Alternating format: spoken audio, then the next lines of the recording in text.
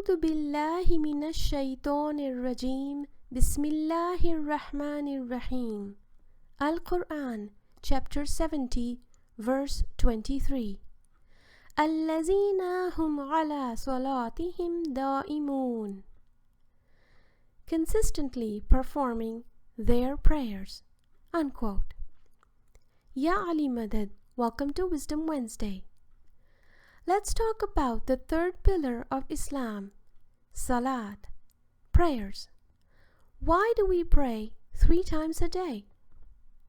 The Arabic word Salat means dua, prayers or supplication, rahmat, blessings, namaz, prayers or invocation, and durud, benediction.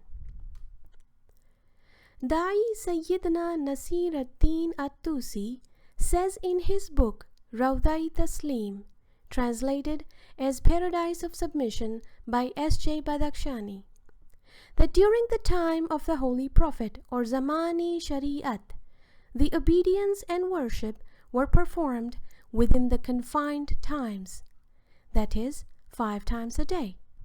But at the age of resurrection, or Zamani Qiyamat, the obedience is performed with the removal of the fixed timings. And so, the believers are Da'imu Zikr, that is, in constant remembrance of Allah subhanahu wa ta'ala, and their entire time is immersed in worship. Islam is Deen-e Fitrat, a dynamic religion. And as an Ismaili, we believe that the Imam of the time has the prerogative to change the rites and practices with time.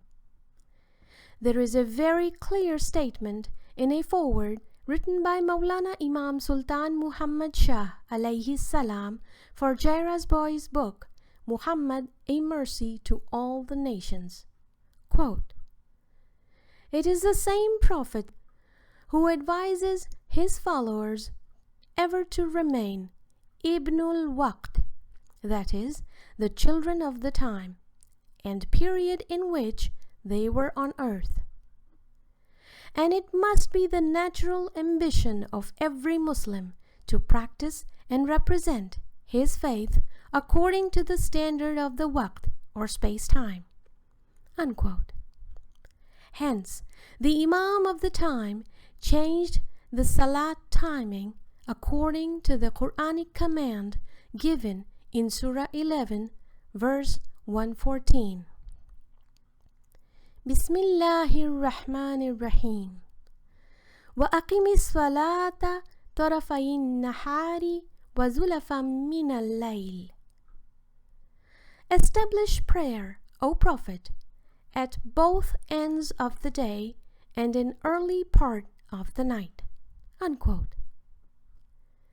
Since it is the age of resurrection, or Zamani Qiyamat, the focus is on being Da'imu Zikr, or in constant remembrance of Allah. And all the moments of life are absorbed in the practice of devotion and service.